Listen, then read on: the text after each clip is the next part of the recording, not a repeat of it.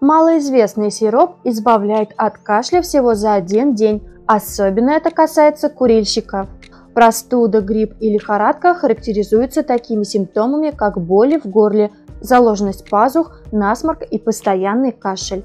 Кашель часто может быть невыносимым, и он еще хуже, если вы курильщик. Если вы испытываете болезненный кашель, есть очень простое решение, чтобы избавиться от него. Все, что вам нужно, это 2 компонента, которые могут вернуть вам здоровье. Рецепт. Ингредиенты. 1/4 чашки корня имбиря, свежетертый или сушеный. 1/4 чашки корня девесила. 1/4 чашки цветков ромашки. 1/4 чашки лимонного сока. 1 столовая ложка корицы. 1 чашка меда. 250 мл фильтрованной воды. Приготовление. Возьмите кастрюлю среднего размера и залейте водой. Добавьте сухие травы в воду и варите их.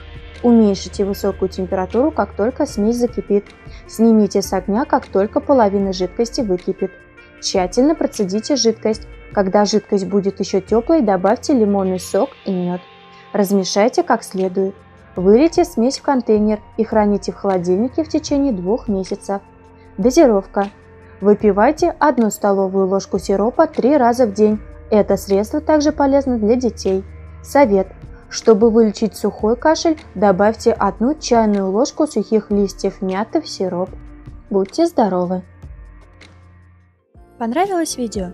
Делитесь нашими кулинарными секретами со своими друзьями и знакомыми. И не забудьте поставить лайк и подписаться. Будем рады видеть вас среди наших кулинарных подписчиков.